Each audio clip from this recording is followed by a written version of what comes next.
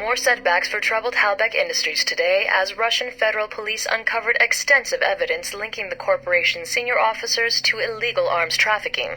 This setback comes on the heels of a mysterious disappearance of Halbech CEO Henry Leland, who vanished from his San Francisco office earlier this month. American law enforcement is cooperating with Interpol to locate him. Along with the indictments against Halbech, several prominent Muscovite politicians and business leaders have been arrested in connection with the scandal. Mideast peace talks were further set back when the Altair insurgent group attacked a convoy of U.S. diplomats in Saudi Arabia.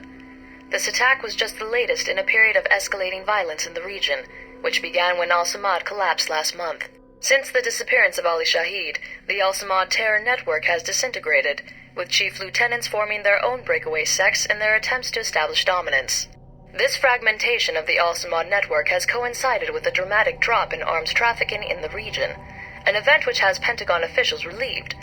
According to one source, had the attackers been armed with more sophisticated weaponry than Cold War-era RPGs and assault rifles, the attack on the American convoy might have been much more severe. Luckily, Secret Service agents were able to repel the attack with minimal casualties.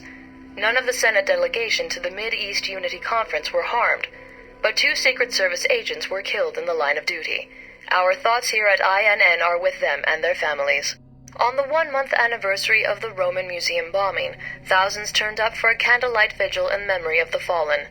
Leading the crowd was Madison St. James, an American woman who very nearly died in the attack. Miss St. James has become a striking political figure in the previous weeks, having spoken at the EU headquarters in Strasbourg, the U.S. Senate, and the Mid-East Unity Conference in Riyadh.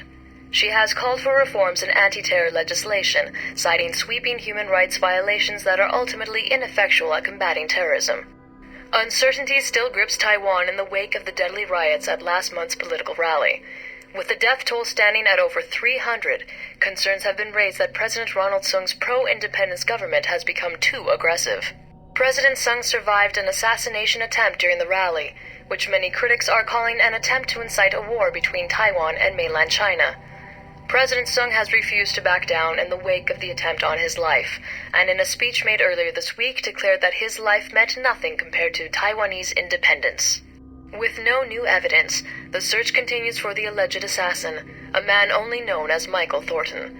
Authorities believe he may have fled the country by now, but National Security Bureau investigators are confident that it's only a matter of time until he is caught.